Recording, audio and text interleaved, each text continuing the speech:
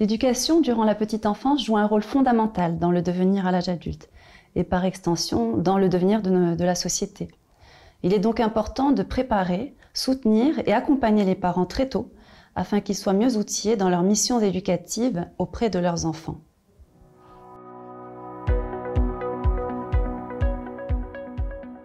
Alors la petite enfance est une période particulièrement importante de notre vie, riche en enjeux psycho-affectifs, relationnels, cognitifs et neurologiques, déterminant les fondations du fonctionnement psychologique futur.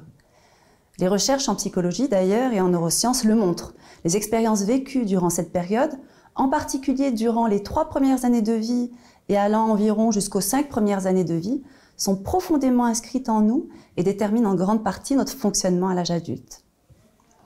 En effet, le cerveau du tout petit est doté d'une plasticité qui lui permet d'être dans un premier temps ouvert a priori à toutes les possibilités, de telle sorte que toute perception, toute interaction du bébé laisse une trace de cette expérience dans son cerveau.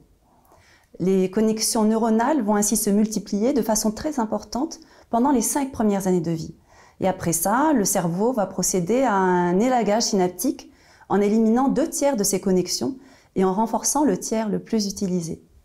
Ce tiers qu'il va conserver et qui va constituer la base de son fonctionnement ultérieur ne correspond pas aux meilleures expériences, mais aux expériences, bonnes ou mauvaises, auxquelles le jeune enfant aura été régulièrement exposé et qu'il aura reproduites.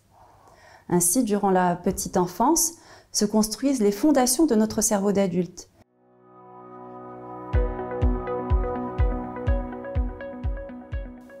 Alors, bien que le développement de l'enfant soit en partie déterminé par ses caractéristiques propres,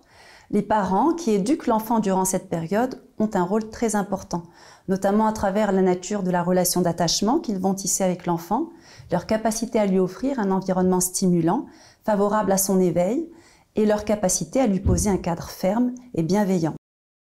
À travers leurs pratiques, leurs interactions avec le jeune enfant, ils vont l'exposer à des expériences qui vont lui permettre de développer ou non certaines compétences psychosociales, affectives et cognitives, comme la confiance en soi, l'autonomie ou la curiosité intellectuelle par exemple.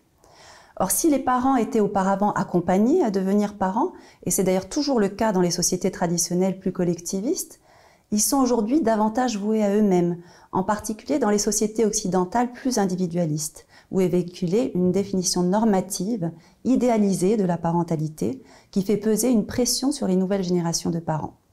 Il est donc important de préparer, soutenir et accompagner les parents très tôt, en particulier les plus vulnérables, afin qu'ils soient mieux outillés dans l'exercice de leur parentalité. Les parents ayant eux aussi besoin de bienveillance et leurs compétences parentales étant en grande partie conditionnées par la reconnaissance sociale et les ressources matérielles dont ils bénéficient ou non, il ne s'agit pas de les éduquer à des protocoles d'éducation standards,